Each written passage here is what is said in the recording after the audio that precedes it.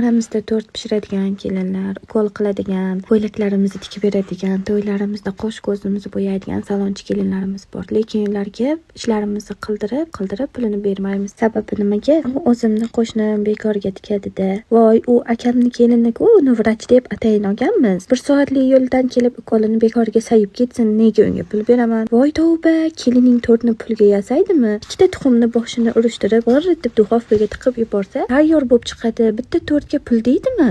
Ko'ylakni chevar degan 1-2 chizimalab qirqsa, o'zi bitib qoladi. Shunday deysizlar-da, rostmi? Dinimizda nima deyiladi? O'sha seni ishingni qilib peshonasidan oqgan teri qurimay turib, haqqini ber deyiladi. Siz nima qilasiz? Qurib tomumiyo bo'lgunga qadar bermaysiz. Masalan, ikkinchi tomoni o'zbekchilikda qo'shnichilik, qarindoshchilik degan iboralar bor. Qo'lidan nima kelsa, foydasi tegib tursin-da. Ha, shu yerda yashagandan keyin qiladi-da. Men uni yaqin ko'raman-da, o'shaning uchun pul bermayman. Rahmat deb chiqib ketaveraman deysizlar-da. Kimga bekorga tiksa bo'ladi? Kimga bekorga ishini qilsa bo'ladi?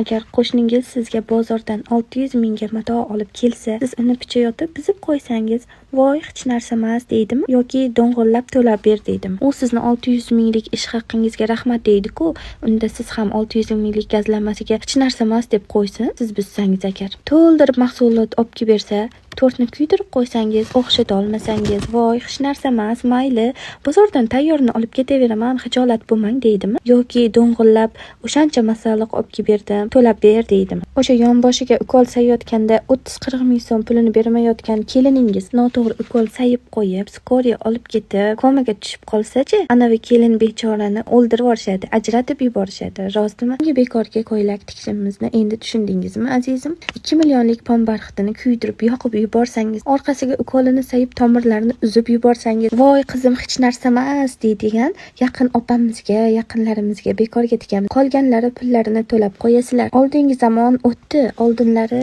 hashar bilan uy bitgan. Hozir shunday bo'ladimi? Demak, u zamon ketdi. Mayli deb rahmat uchun tort pishirib berishmaydi. U pulga emas, Xudoyim o'sha narsaga qiziqish berib qo'yganda, shu narsaga tort pishirsam qanday chiqarkin? 3-4 qavat qilib ko'raychi.